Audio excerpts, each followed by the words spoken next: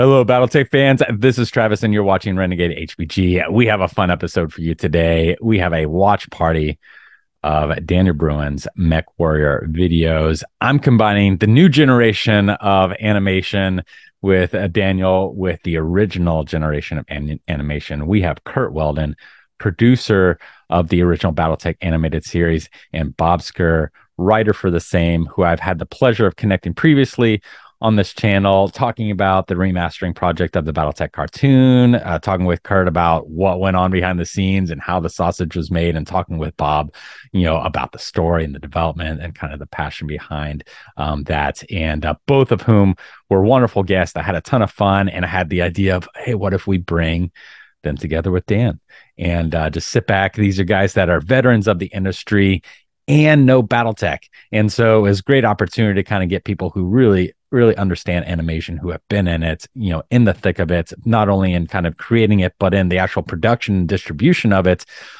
with Daniel, and kind of sharing his incredible talent with them. And so we can all just sit back, enjoy, and talk shop a little bit. And so this is also, a chance for me to kind of get Dan in front of people who might be able to kind of help him kind of push that career forward and get noticed by the right individuals. So that was it. We're going to drop you kind of partway into that conversation. Unfortunately, the recording for Zoom did not start the way it normally does automatically. And I didn't notice that until after we had already kind of looked at had a MechWarrior story and chatted about it a little bit. And then immediately after we finished watching MechWarrior Revival is when I noticed and kind of got that recording started. And so that's where I'm going to drop you into the conversation.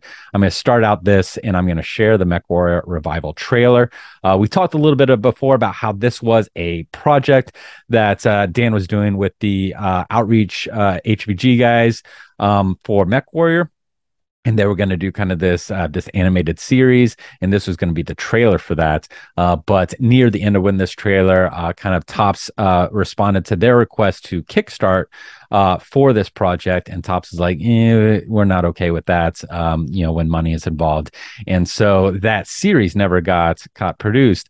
But this trailer for the series was, and there's tons of great kind of mech animation, a little bit of kind of what if, could have happened. We'll talk about that a little bit as we go, but that's it. You're caught up. Let's go ahead and drop in. Before we do, a huge shout out to the patrons of Renegade HPG and this channel sponsor, Fortress Miniatures and Games. I love Fortress. I think you guys should buy all your BattleTech product there. Bob's prices are great. I think they're the best out there. The shipping is super fast. Customer service, amazing. I get all my stuff that I need through Fortress Miniatures Games, and I highly recommend you do the same. And you'll be supporting this channel indirectly if you're doing that. And of course, my patrons, and their generous support. I love it when people believe in what I'm doing enough to just kind of support it financially. It means a lot. It's a lot easier to do this when I'm not having to cover the expenses of all the software and production and all that stuff. So and that basically eliminates that for me. So huge shout out. I really appreciate it. And yeah, so that's it. Let's dive in. This is a fun conversation. I hope you guys enjoyed as much as I did sitting down with these guys, and let's enjoy some MechWarrior together.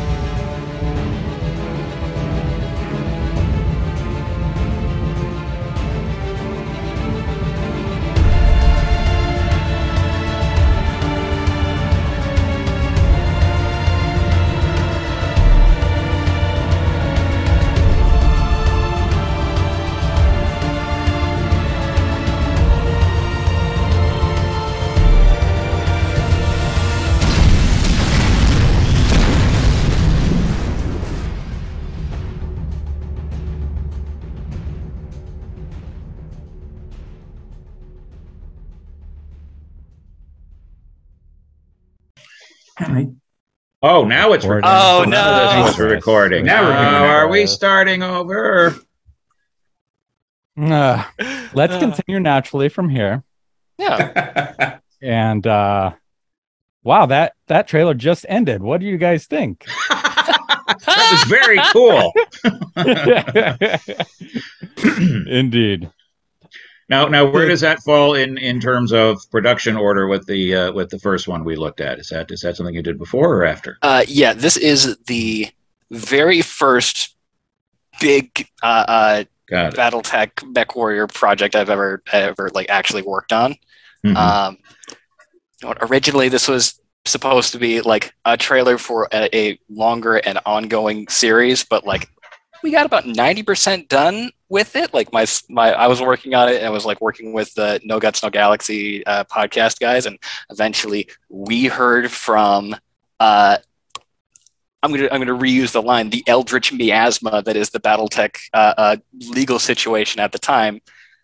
Turns out we can't make this thing right now. We just can't. It's not a thing that we're allowed to do. So we threw it out on the internet because hey, we made the thing. We might as well like share it with people. Like have some cool giant robot animations. The internet is good for things. When they say you can't do it, what does that mean? I mean, you can do it as fan fiction. You can, as long as you're not making money off it, you can do what you want. Am I right or am I wrong?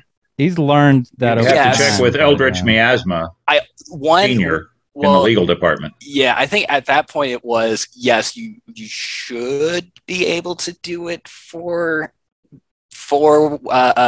just like on your own time for your own thing. That trailer took about 300 hours to make, and I need to eat. Hmm. So that's really what it came down to. How much do you actually need to eat? I mean, I'm a skinny guy. Let's just check your level of devotion here. I think right. that's what's up against here. Right. I had an actual thought for a moment ago and it went away. It'll come back. Don't you hate it when that happens? Yeah, it's happening a lot. Okay, so now have you been in contact with any of these folks subsequently about? I mean, is there a possibility of somebody doing a revived animated series? I mean, honestly, the technology available now. Yeah, you I know people last time people going, hey, you should do that. It's like I'm no longer the guy, believe me. But I could do the budget for you. I mean, anyway, the last I checked, there's another animated show. It's called Hired Steel. They got permission to use the mech models from the latest MechWarrior games. And they have permission from PGI Piranha Games to actually like make the thing, and they are raising money to like make more of it. That's so funny. That's what I know right now. Because as I think we all know, when BattleTech started, they were licensing things from Robotech. Yep. Now here's somebody else licensing it. It's just an interesting cycle. It's the circle of life. What I found kind of over the years at Renegade HPG and just being involved in the community is the general public just doesn't understand rights, and they're so gun shy about what they can and can't do, that too many people err on the side of I'm not going to do it, not going to do anything. And for me, having with my career and just kind of the experience I've had in life, I'm more of a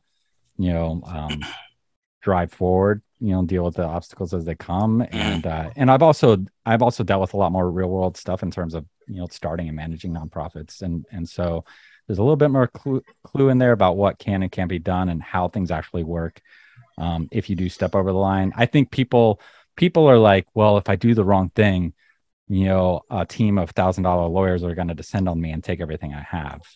And I think there's not a realization that, one, you don't matter enough for that, and two, best case, you're going to get a letter and they're going to tell you to stop. That's very affirming, Travis. And they're going to tell you to stop, and then you're going to stop or you're not going to stop, and then depending on that decision, things will go forward. But I think people think that they will be retroactively punished for stepping over that line, and it's just not the case. And it stops a lot of legitimate fan art from existing because people are just like, can I do this? And I've been guilty of the same. As long as you're not monetizing it, you can do whatever you want. I mean, John Byrne has been doing an X-Men comic for the last 2.5 years, and it's just fan fiction. He's not making anything from it. And so Marvel really can't go after him because, you know, from what I read about Marvel in the day, he wasn't making anything from it then either.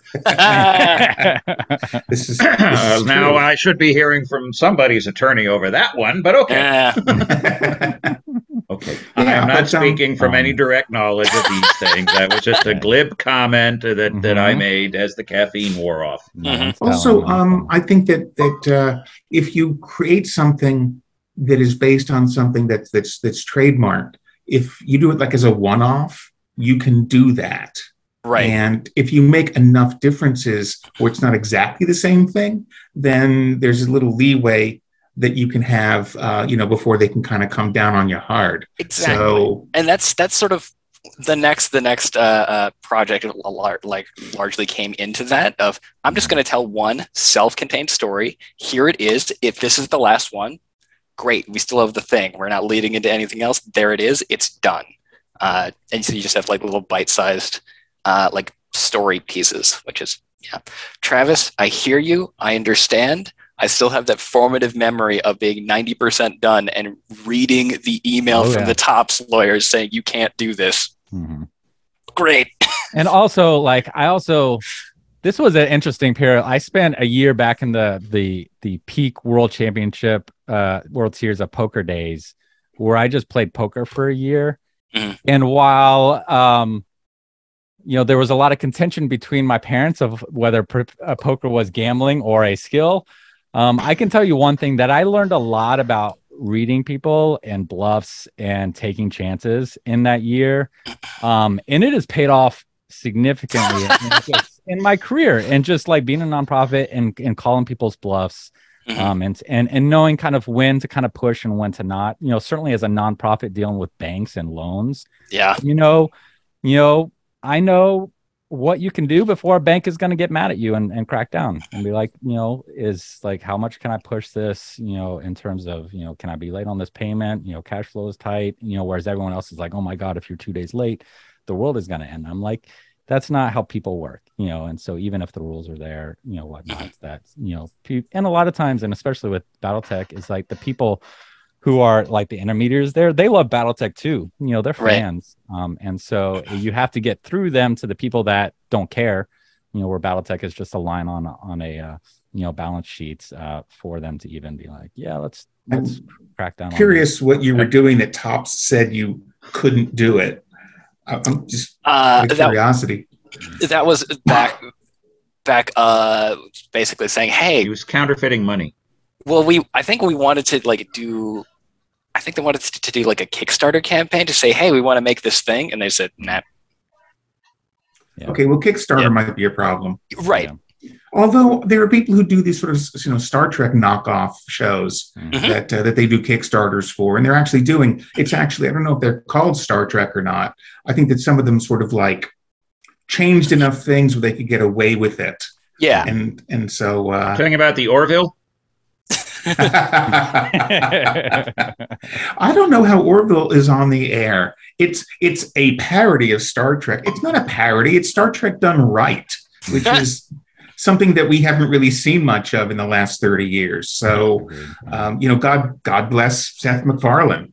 And I don't know how Paramount's not going after him for it, because there's just no way that he should be able to get away with doing that. Really glad that he is, but yeah, they have these, I forget what they're called, but there was this one Star Trek offshoot thing, like Renegades, I think it was called, where it was all Star Trek actors, and they were all, they all had the same ranks and everything, but they just changed enough where Paramount couldn't go after them for it. Oh, that's beautiful. Yeah. Star Trek, 2 inches to the left. That's right. Yeah. Yeah. And I think there are also things like Star Trek Phase 2 and things like that. But I don't know if they use Kickstarter money for it, if they just use the money that they had at hand. But as long as you're not making money from it, you can make fan fiction. No one can stop you from making, as long as you're not monetizing it. Right. Yeah. Yeah. Yeah, and there's balances too. I know with Patreon and kind of balancing that, it's kind of a tricky. And then for artists selling their arts, it kind of gets a little tricky. And so I think a lot of people are kind of a little gun shy there. I'm very careful with Patreon. I think Patreon is you make it clear that you're supporting the artist to do whatever they want, and then if the artist chooses to do this, they can do that. And as long as you word it very clear, that that's what's happening, then I think you're okay. But even for me, there's things that I've, wanted to sell through the Renegade HPG store that have, art, related to Mecha, that I'll sell there. And I just, there's no trademarked or copyright items. I'm just very careful. It's all fan made art. It's sold, it's careful how it's marketed. And I think where people come down with it is when people are like, these are 3D printed BattleTech mechs that we made. And it's like, BattleTech, that's a bit. To drop that. You needed to say these are 3D mechs that we made, and you can use them for whatever game you like. And that's what people kind of figured out after the last big crackdown when Topps issued the cease and desist. Yeah. Are there lawyers in the BattleTech universe? Because I feel like this is an area where the mythology could be expanded. Actually, I just found this out yesterday. Yes, there are. Apparently, because they asked you to stop doing something, didn't they? No, in the actual universe, this is something I read this on Reddit yesterday. Apparently, because they retconned the BattleTech cartoon into like Steiner propaganda against the clans. The character that in universe was Nikolai Malthus tried to sue to get the show taken down and represented himself in court and failed miserably. Like the actual clan commander tried to get it taken down. So there was a courtroom batal. Apparently, there was a courtroom batal. The judge refused it, and here I thought I was being glib and clever. I don't know if that's like actually confirmed or canon or just someone doing a. Oh, that's fantastic! I love that so much. That's man, a hell of an adaptability level there. That's impressive. That's beautiful. Yep, the first Somerset Strikers source book is there's a lot of rich information there. Oh, that's fantastic. Yep. Real world. All right, we got another one. This is the most recent. This is MechWarrior Bulldogs, and so this was something that the Gallery 3025 Patreon, which I created to for people in the community to pool their funds to create commissions for artists that would then be available, publicly. This was Dan was one of the earliest. I think might have been the first recipient, and Dan had gotten about halfway through this particular animatic, and we were able to kind of use that, to give him a grant, to give him the time that he needed to finish it out. And so the last like minute and a half of this film is thanks to that fund, which allowed me to have health insurance for 3 months in order to finish this thing. Thank you so much. My pleasure. We got that. Yep. And so this is it. This is the full.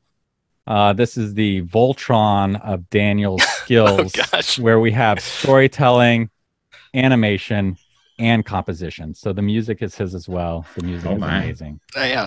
And let me get that link. Now I feel additionally inadequate. It's just oh, jeez. we're lucky I can type. Look, we got all the audio mostly working. It's fine. I'm not sure if maybe like what time this at time of recording. I'm 2 days finished with a big audio project for the Black Pants Legion for Tex. So that'll go up soon. Awesome. Anyway, we got the new link. Well, is up. You've already promised the Tex Talks parody crazy, and the guys want to watch it, so we'll watch it afterwards. All right, so we have the link. Let me know when you guys are ready, and we'll. I'm good. I've gotten through the Verbo ad. Say the word. 3, 2, 1, go.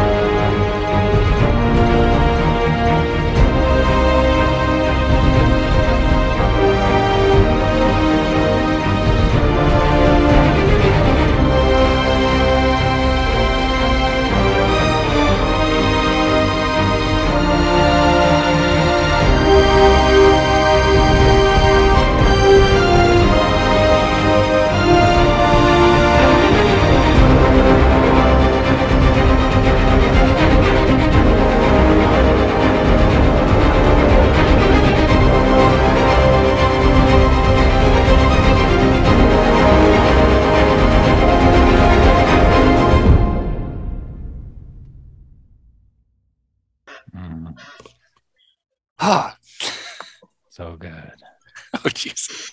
So good. That crescendo when the aerospace fighters come in. So good. That was crazy Awesome. great. Oh, Awesome. Oh, That was crazy great. Thanks, guys. Okay. It's better than some of the take ones we got back from the series. Particular studio that I won't mention here. Didn't that studio have its own quagmire? That studio had its own quagmire. Doesn't every studio have its own quagmire? Not so much. Oh. Not like this one. Ooh. This one was special. Yeah. Oh, yes. Oh, yes. So I don't know if I told this story. No, Oh, so go ahead. Kurt. Let's talk. No, let's talk about Dan. Let's not talk about the quagmire. Tell us the origin story for this. Where did it? How many nights of dreaming this up before we dove in, and then how long was it from start to completion? So this was the project that I jumped into to keep myself sane through all of the madness of 2020, because that was a thing that happened. I think I lost my job or had my hours reduced, pay reduced 3 times in 18 months just because everything went pear-shaped. So that was a fun time. So it was very much I have time. Everything's on fire. There's a couple of months worth of savings. I might as well just wait, pop down to the Winchester, have a pipe, and wait for all this to blow over. In the meantime, I'm going to draw something. And I had been looking up a series of classroom lectures by the author Brandon Sanderson. He actually had given a creative writing course at Brigham Young University, and someone recorded it, and the whole thing's up on YouTube now. And he was talking about how he makes his very popular, commercially successful novels and stories, and it's a really simple formula. He takes genre X and genre Y and smashes them together and makes something new. And described initially he was talking about a book where basically you're trying to have wizards casting magic, and they're doing a bank heist in order to hit that. And I sat back for a little bit, and I looked at an old track that I had finished a couple of years ago and went, I've got some new music, instrument gear. I could figure something out for that.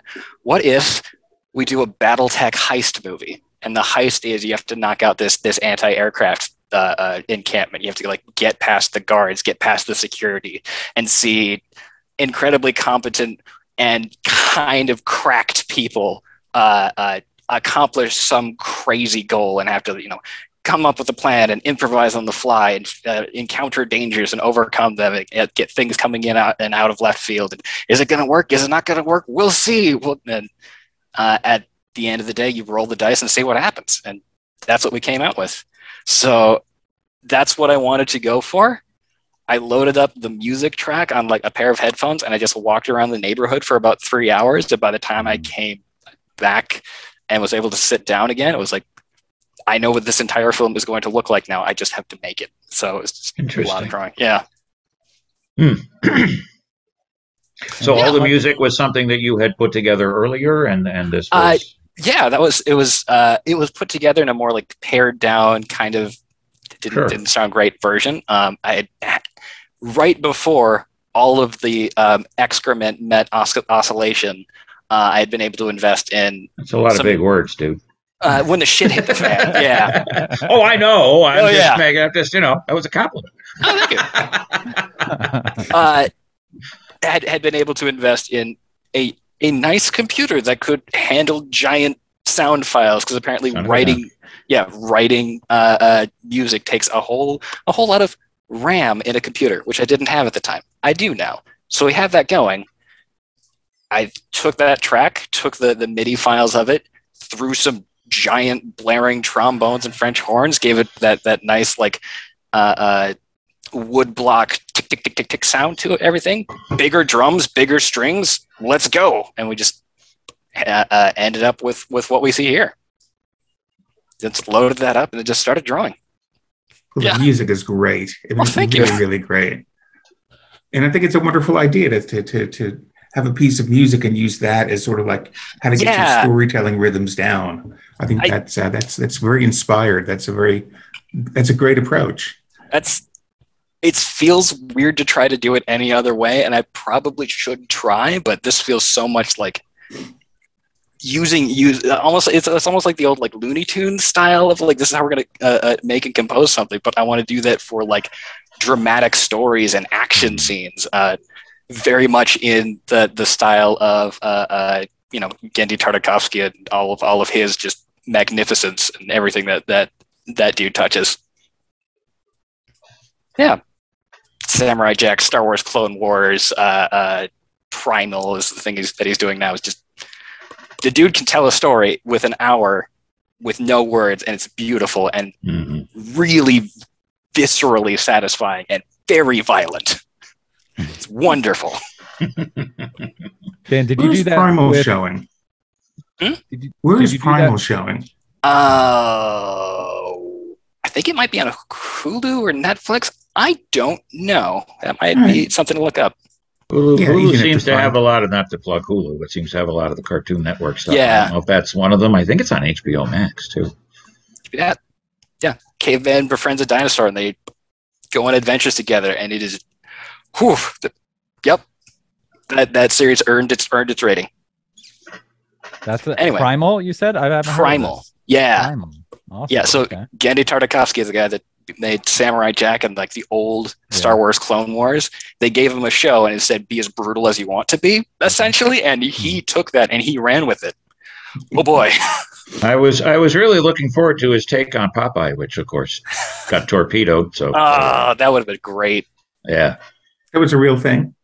Yeah, no, you never saw the trailer? It was on. I don't know if it's still available. There was a trailer. I think I did see that. It was a CG trailer, which you sort of wonder if that's maybe a bridge too far, but actually worked, and I love the old Fleischer stuff, so it didn't quite tick the boxes in the same way, but definitely had some of that energy to it. So another missed opportunity by somebody. Dan, did you do the same and Freehat with building the video and animation off of the music? Okay. I actually did the same thing for the next one too, but then they went and they retimed it a little bit, and it still works, but didn't quite hit exactly how I wanted. But it was fine. At a certain point, you hand it off to like the rest of the production team, and they that is par for the course. That is how that goes. Yeah. So and for the personal project that I'm working on right now, it was also a question of, this is what the track is going to be. Thank you, Garage. Originally, I had actually taken the opening track to the 2016 BattleTech game. Okay. This is the sort of like sweeping, melancholic, like orchestral rising and falling, like talking about a civilization coming to a zenith and then collapsing down. I took that track, drew out the storyboard, the animatic to what that like original story was going to be, and then went back and wrote another piece of music over that original piece in the same key and the same tempo, so that it kept hitting all the marks. It was a temp track. It did what it was supposed to do. Awesome.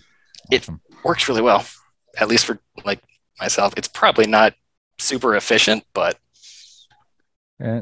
talk to us a little bit about that project, and maybe we can watch it, because I think you said that you had the completed trailer and music. So I've got that pulled up at some point. It's something that is, BattleTech is great. I love BattleTech. I love this universe.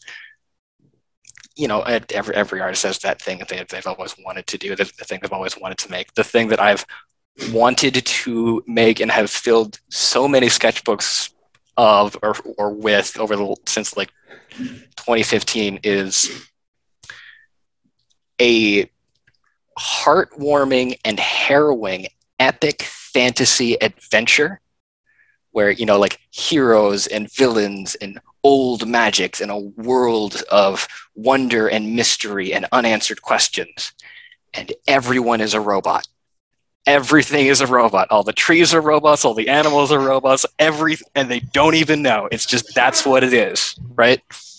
Sort of like a tribute to like a Gurren Lagann and like the old Lego Bionicle animations that were going up on the internet in like 2001, 2002, like that sort of vibe, that sort of theme of like, yeah, we're going to do that. Maybe people will like it. We're working on it. We're getting to it. Awesome. Yeah. Well, at the risk of self-promotion, and why risk that? Absolutely. Have you ever seen Beast Machines, the Transformer series from 1999? Yes. Like Transformers Beast Wars, I think. Well, it was Beast Wars, and then Yeah. you followed it up with Beast Machines. And Beast Yeah. Machines was a whole kind of, it's a continuation in a way, but it's also its own, you know, very different thing. But it sounds like the kinds of things that you're talking about. Yeah. It's largely because it gives you so much more like freedom in character design. Just like there's no wrong way to draw a robot, and you can just sort of do whatever you want with them. And honestly, like things like Transformers are, and like that whole universe is really interesting because you have characters that are robots and they speak as robots, and they are like fully mechanical, like automated, like they've got all that stuff.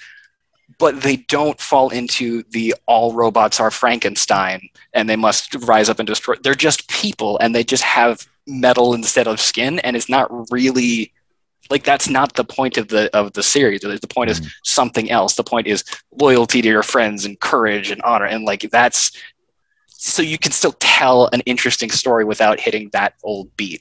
Well, on Transformers Prime, Jeff Klein, the producer, his position was, we're not treating the Transformers as robots. Right. They're aliens who happen to be mechanical, but they're not robots. So yeah, it's a different kind of philosophy in a way, so that you're not just telling robot stories. Yeah, I'm kind of following like similar lines. There's the audience knows that they're robots, but the robots don't know that they're robots. They just think they're people. And it's that sort of vibe and understanding. And yeah, going about it as how does their reproduction system work? How do they get energy? How does their culture society? They're just aliens. You're right. That's really how you go about doing it. Yeah. And is that where are you in that project? Is that something we can geek out about here? We can watch? Animatic is done. Music is done.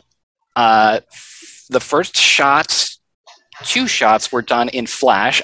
At that point, I said, screw this. I'm never touching Flash again. I'm moving to Toon Boom Harmony. And the next 2 or 3 shots are done in Toon Boom Harmony. I got pulled away by a very big, like a charity project at the beginning of December. So I had to put that aside. And now I'm going to be able to jump back into it, probably starting this weekend. I want to see if I can get this thing done and out the door by like end of January, maybe end of February, probably being more realistic, but we're getting there. Awesome. Yeah.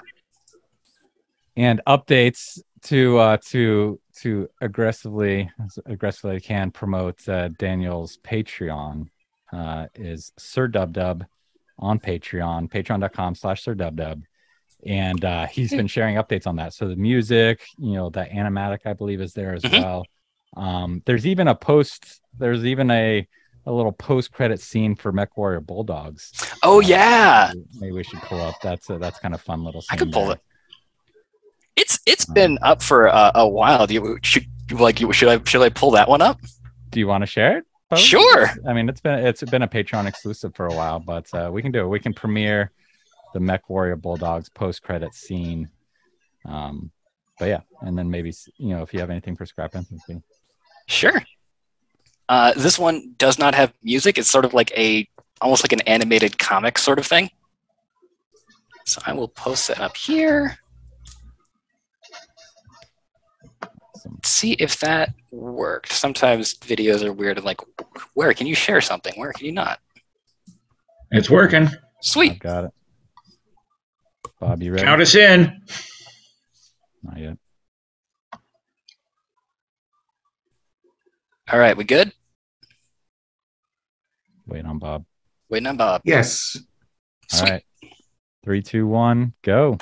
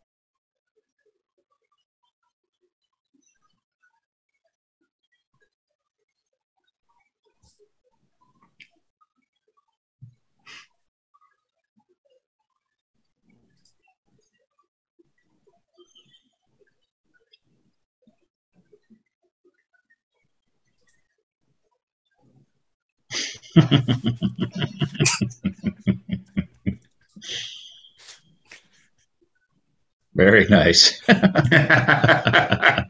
Uh, That was big fun. oh, thanks, guys. Yeah, the second half was new to me too. I had seen up until where she introduced the Bonds person. Bonds person. Bond person. Awesome.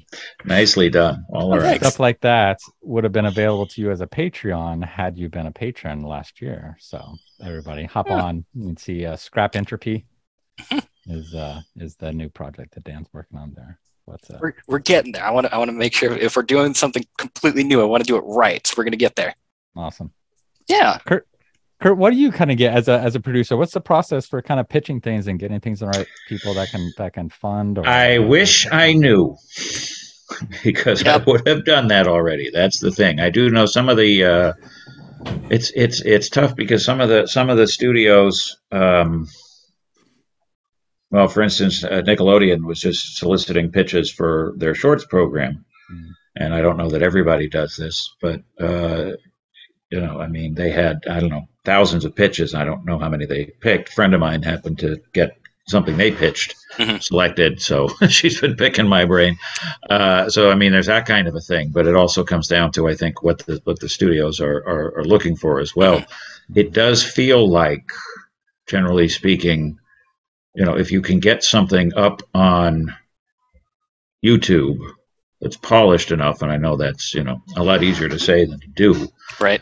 Then you've got something that you can point to hits, and, my understanding is it's basically what happened with Adventure Time.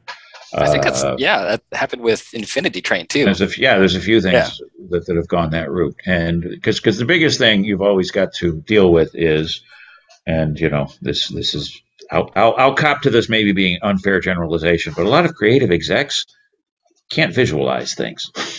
If it's kind of something, Bob is not correcting me.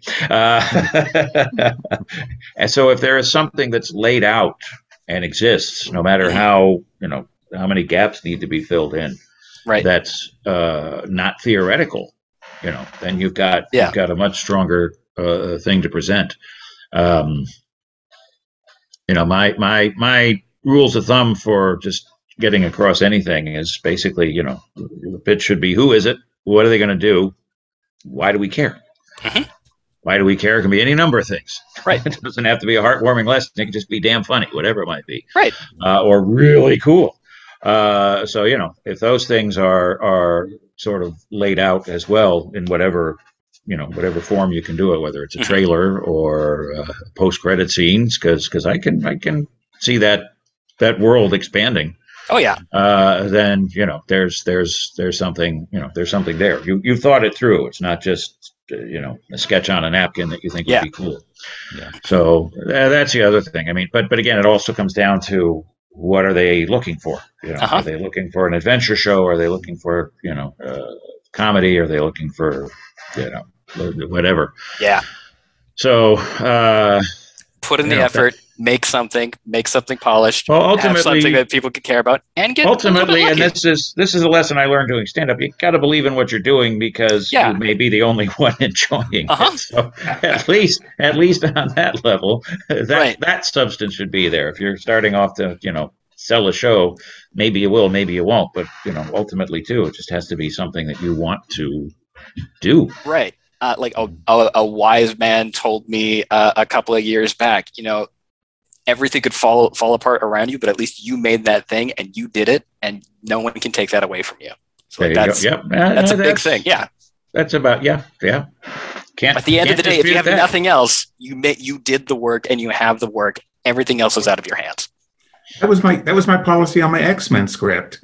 Yeah. Back in 1990, I was somewhat let down by the Batman movie, because I'd read the script and saw how good it was going to be.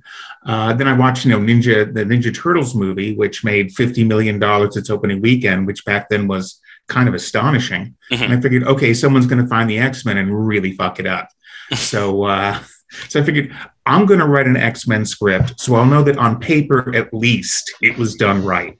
Right. And I wrote my own X-Men screenplay, and that gave me sort of like the cred that I needed to help them develop the X-Men series that they did on Fox. Oh, that's fantastic. Yeah. Bob, is that script available online? It's not online. It's available to me. Does Wolverine say the X-Men don't need no whiny brats? Well, let's just say Jubilee doesn't appear in my script at all anywhere. Fun fact: I was called in before the project was actually acquired by Saban. I was called into the VP of Productions office at Deke, and their creative VP was also in there, and they asked me to explain the X-Men to them. So I guess I didn't do a very good job. Yeah, but I wanted to make sure that it was done right, at least on paper. So I did this distillation of all the stuff I loved from Byrne and Claremont, and just made it distilled it down to a 2-hour screenplay. And cool.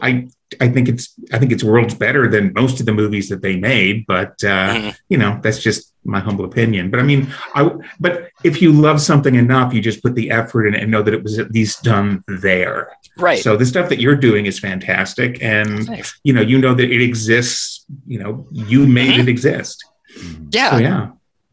And that's like a really cool feeling to, like, at the end of a big thing, you step back and you go, yeah, that didn't exist and now it did, and that's my fault. That's great. You did the work, man. I mean, this stuff really is beautiful stuff. Oh, thank you. So let me take, if we're going to go into generalities about the business, what are your goals professionally? Honestly, like a job interview now. At the moment, do you have any special interests? Where do you see yourself in 5 years? I actually really like doing like that storyboard for Bulldogs specifically, just because like the animatics of like the full on action sequence, that's awesome. That's like a really cool thing to be able to like do and sit down and make. But it's animation. It takes a long time to do. That was about 300 hours of work. It took like a year to make it. That post-credit scene, I was able to knock that out in like a week or two, just because it's so much simple. Storyboard would be great. Please take this in the spirit intended.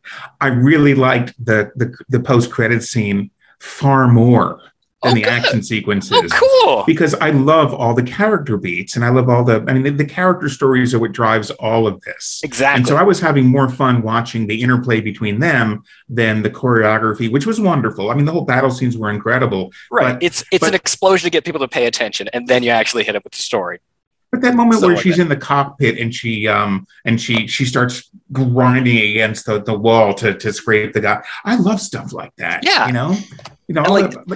I've seen how Bob drives. He does. That was actually a big point of the original, like the actual movie, was I need to demonstrate these characters as quickly and distinctly as I possibly can. The first time you see that pilot, a bit of hair falls in front of her face and she tries to blow it up, but she's got this like glass helmet so she can't actually brush it away and gets a bit annoyed by that. Yeah, I love stuff. You start with a character that people are supposed to like and supposed to root for. You start by showing what happens when they face some sort of inconvenience, injustice, or like, yeah, I understand that. I can empathize with that sort of thing, and then you move on from there. And yeah, in the next one, a fly has to get in there. Absolutely. I want to actually add to what Bob said, because one of the things I was just kind of commenting on in my own mind was how well posed out the acting was in the post-credit scene. And honestly, especially over the last few years, that's been one of the more common notes that I've had directors give to storyboard artists, is to pose things out more. And, kind of stressing the necessity of doing that. So, yeah. I mean, there's that's a very big thing to grasp. Oh, yeah, it's acting, it's motion. It is. Physically stand up and do the thing sometimes, and yeah, that helps. That helps a lot. I'm so glad you guys actually enjoyed the little bits of personality that went into that. That was exactly what I was going for. Yeah, no, and that's tough to get across. It's refreshing to see animation where the characters don't have big, round, stupid eyes, like like a Lower Decks or like everything on TV. Be Cool Scooby Doo or every other damn show. Where they're very easy to draw. They're very easy to draw. I think that the policy now is okay, but can a 2-year-old draw it? And I think it's because they want the viewing public to be able to draw it, but also I think they want it to be like, so if they want to hire 2-year-olds to do the show, it'll make it that much easier to draft them in. But can a CalArt grad get this out? Yeah, that whole look just leaves me so far behind. And it's not just me. So I do it with but to look at what you're doing here, which is like the diametric opposite of that, where I mean, it's about the characters. It's about their emotions. It's about, I mean, I really, really liked watching those characters. I found them just engrossing. So, great. Yeah. There's like a whole group dynamic going on with all. We didn't even get to see the Centurion pilot, who definitely did not want to survive that fight. Well, I'd love to meet all those characters. It just looks like a lot of fun. Yeah. Yeah, I mean, congratulations. I don't know Patreon.com. how to say this. This is utterly professional, and jeez. it's entertaining and it's wonderful. And let me know when you do more of them because I want to see them. Oh, gee. Okay. Oh man. Thank you. Okay. Cool. Okay. Okay. Yep. All right. So did you literally not know how good these things are? I don't know until someone else sees them. Dan You is know, humble. it's like That's- you don't know what something is going to be until You should find somebody either to show until this someone stuff. else sees them, or You should find somebody to get it over to people at like Bento Box or something. Like some studio. Maybe there's somebody would take it and say, if you're going to put this much effort into something, then you're you clearly might as well worth do. our Yeah. staff. Yeah. Mhm. Yeah, I think your work is terrific. Well, thank you. We got to work on that self confidence. We got to get there. We're gonna do it. That's the goal for 2023. We're gonna do it. Look, Dan, I'm going to keep putting you in front of as many people as I can until I can say I knew him when. Oh, no. Where are you based? I am up in Minnesota right now. I'm about 5 minutes from the Where Minneapolis it's airport. cold. Yeah, what are you doing there? Thawing out. What's the temperature now? It's above freezing today. That was really nice, like 37 degrees. Hey, it's above freezing here too. Hey, that's real nice for you. Right It's now actually- it's 55. Yeah, I was going to say it's freezing here. It's like 55. Oh, we regularly hit negative 30, like all the time. It's fine. We get to the point where being outside will kill you. So we just get used to that, I guess. I Have grew jumper up in cables. Ohio, so it wasn't quite that bad. But I remember one winter where it was so cold that I would spray windshield deicer on the windshield, and it would freeze. Mhm. Which struck me as a bit meta. So I had to, wherever the hell I was going from, I had to drive with one hand on the wheel and the other hanging outside the windshield and kind of half leaning out, spraying a constant stream of windshield deicer the whole way home. And I thought, I'm getting out of this. Yeah. So I don't care what's in Los Angeles. when the gonna go de-icer there. freezes, that's the response to the question, how cold was it? Yep. Yeah, pretty much. Yeah. I've said this already, but I will repeat it. Some people get like feelings of patriotism from like fighter jet flybys at football games. I get it from an echelon of mighty snowplows just roaring up the freeway, like kicking up a cloud of snow behind them. God damn, God bless you, sirs. Thank you for your service. I love the smell of functioning public infrastructure in the morning. I'm imagining Kurt's frozen arm that's holding the de-icer out. I only recently got the feeling back in it. Yeah, it takes a while. So are they big on using salt on the road too? We actually share, to the best of my knowledge from a couple years ago, we share a metric, like a mountain of gravel and salt with Wisconsin. It's like parked somewhere like near the border, and we should collectively just like go and take them. They might have gotten their own recently, but yeah, there's 2, 3, 4-story just towers of salt. I grew up in New York, so I had a station wagon where the whole bottom, the whole undercarriage was completely just eaten away. It was just all rusted through because of salt. Yep. Yeah, same thing. And that was where it was a VW square back, and that was where the vents were. So consequently, I was warming up the air outside the car. I just this only year recently got the feeling back in my feet. I just this year traded in a car that had been parked outside in Minnesota winters for 8 years straight. Had like 250,000 miles on it, and you could see it like buckling in the middle, as like wobbling around everywhere. Yeah, it was a good time. Like you could see the rust flakes like in your shadow behind you. Yeah, it was a great time. Oh, such memories. It happens. Well, let's get Not back here. to Kurt's question. Let's get Dan. back to talking about cartoons. Oh What do you yeah. want- Yeah, What do you want absolutely. to do? Tell us what you want to do with your career. Right now, you're not doing it. So where do you want to? Right now, I working like a stable, boring day job, which honestly, like after all of the tumult over the last couple of years, is like that's fine for a little. That was a good for another couple of months.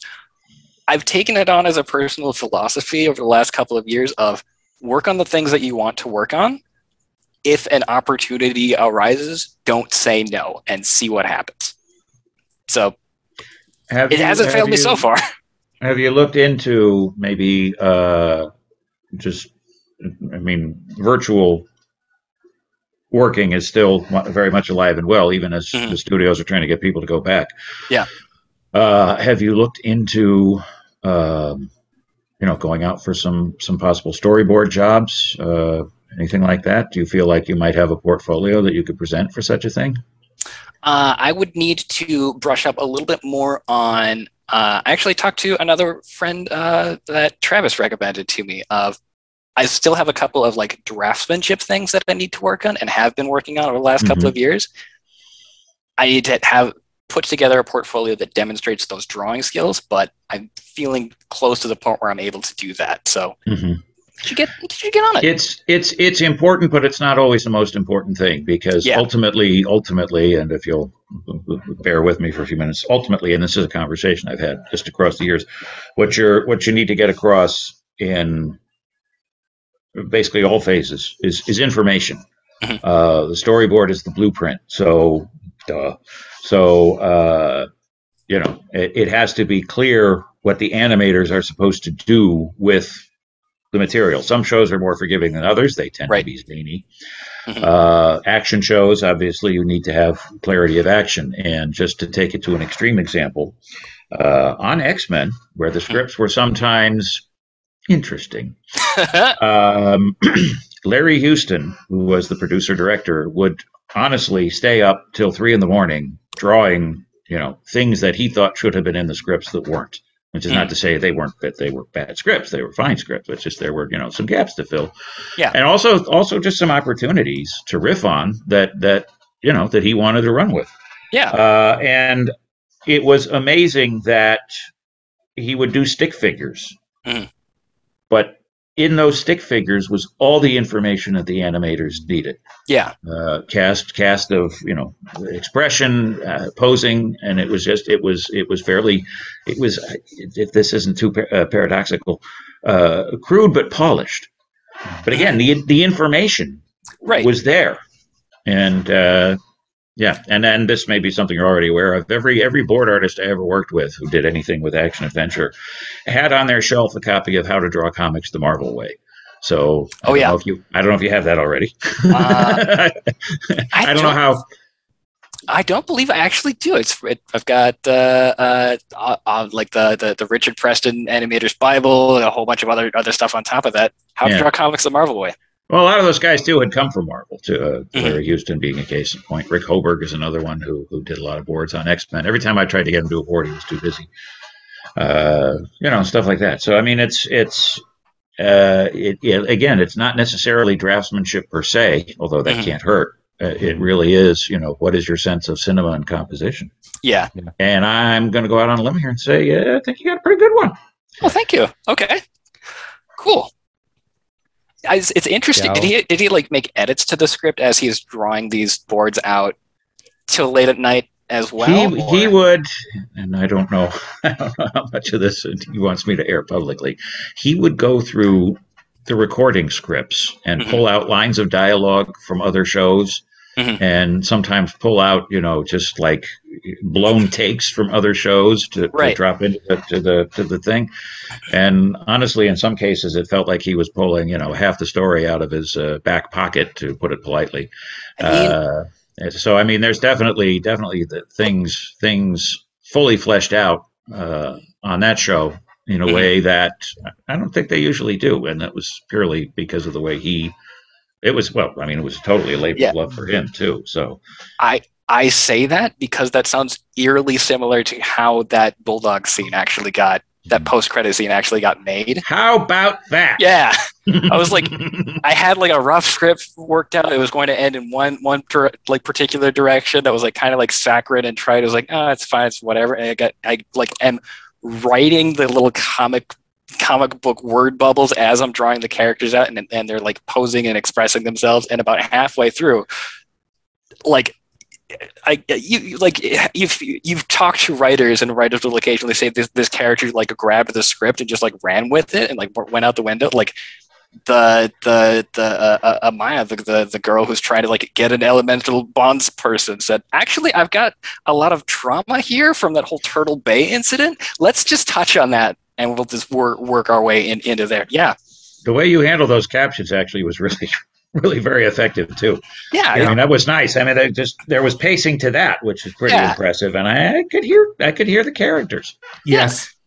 If I'm going to have a voice actor, I'm going to pay them properly. I can't do that right now, so I'm going to make do with the comic book. Yeah. Well, I'll say, I'll kind of focus what I think I've heard here and what I believe, kind of as someone who's seen you, is that I think your talent is there. Your talent is in the storyboarding, the composition, like Bob and Curry are saying, and character placement, the expressions. I know the last friend I put you in touch with was Kurt, or Jeff Wemester, who's over at Warner Brothers. I don't know, Kurt, you interact with them, but Jeff had. They won't return my calls. They don't, bastards. But Kurt's feedback was just kind of polish up your drawing. Yeah. I don't think you need to do that. I don't think you should be the one drawing your animations. I think that's what Jeff said. Yes, I know, because you told me what he said, and I didn't agree with that. And so, I'm glad to have Kurt and Bob here, because I think, Kurt, appreciates the grander scale. Bob appreciates the character development specifically, and you have those. Like, if there's a reason I say you're my favorite BattleTech creator. Jeez. Hired Steel looks great. Hired Steel is a fraction of what you do, Dan, and I think the skill is there. I think, put your stuff in front of people, and, maybe if Kurt can help you find those people, or Bob can help you find those people, you have the skills. It's the problem now is not developing those skills further. It's putting them in front of the right people who can give you the resources you need to express them properly and naturally develop them in time. But regardless of where you are, it's essential that you're going to pick up seasoning in an actual production environment. Oh yeah. So it's always about, what are you bringing into it that can be built on? And just so frequently, for storyboards at least, the entry level gig is handling revisions, which is important. And I'm in a position now where, surprisingly, in all the time I've been in this business, I've never had to do evaluations of people. When I talk to directors about storyboard artists as part of their evaluations, or revisionists specifically, it comes down to just a lot of the same skill set as storyboard. But again, it's just getting now exposure to the full process and the kind of schedules and turnarounds that go on in a series. But it's taking the director's input and running with it. And if they're running with it the right way, that input becomes less and less, and gives people a chance, anybody in that position, to show off what they do with character and staging and so forth. Yeah. I mean, it makes the director's job easier to know where revisionists, or board artists for that matter, are going to fill the gaps and recognize and fill the gaps. And so that's sort of the I don't want to say the standard path, but definitely that's a likely one. Good to know. Thank you. Yeah. Definitely. And then, storyboard artists do it long enough. Somebody says, hey, you could probably direct this show. And there you are. Oh, man. Living the Hollywood lifestyle. And then we'll get to see an epic North adventure. Hollywood. Then we'll get to see an epic adventure of friendship and loyalty with robots. With robots. It's just all robots all the way down. There you go. There you go. Awesome. Well, that's a great place to wrap. Your time is so much appreciated, Bob and Kurt and Dan. Thank you so much. Well, as I've mentioned in the past, I'm always happy to just spout off. You're very entertaining to listen to. Is anyone actually said? Nobody who's willing to write a check. Very good.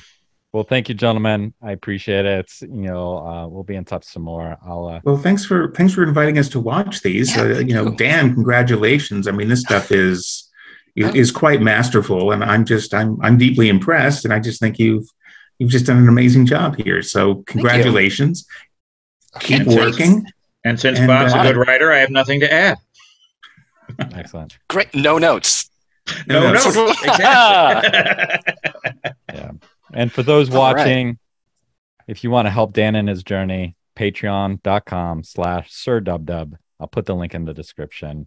Give your support if you can, and you can get some access to this animation. Hopefully together, as fans, we can all help Dan achieve his dreams and give us more amazing animation to enjoy. So thank you, everybody. Good night, gentlemen. Just Travis signing off. All right. Take care, everybody. Take care. See ya.